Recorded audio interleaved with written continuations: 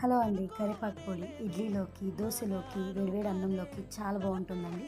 ఒకసారి ప్రాసెస్ చూసేద్దాం. పెనం పెట్టి ఆయిల్ వేసి శనగపప్పు, మినప్పప్పు, నువ్వులు, మెంతులు వేసి బాగా వేగనిచ్చి 10 నుంచి 12 వరకు ఎండుమిర్చి వేసి కొంచెం దోరగా వేగనివ్వండి. బాగా శుభ్రం చేసుకున్న కరివేపాకు తడి లేకుండా చూసి దాని కింద ఆరబెట్టుకొని దాన్ని మాత్రం వేయండి. కరివేపాకు తడిగా ఉంటే ఎంత వేడి చేసి మీరు కొంచెం రోస్ట్గా చేసిన కరివేపాకు పొడి మాత్రం కొంచెం ముద్దగా వస్తుందండి. బాగా పొడిగా ఉన్న కరివేపాకు తడి లేకుండా చూసుకొని వేయండి. ఎక్కువ రోజులు నిల్వ కూడా ఉంటుంది. నెక్స్ట్ కొన్ని మెంతులు, ఒక 2 టేబుల్ స్పూన్ జీలకర్ర వేయండి. స్టవ్ ఆఫ్ చేసి ఆ వేడి మీద ఉన్నప్పుడే నిమ్మబద్దంత చింతపండును వేయండి.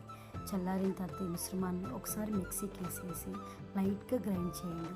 సెకండ్ టైం గ్రైండ్ చేసేటప్పుడు కొంచెం సాల్ట్, కొన్ని చిన్నులపాయలు వేసి కోర్స్గా గ్రైండ్ చేయండి. రెడీ అండి. Thanks for watching.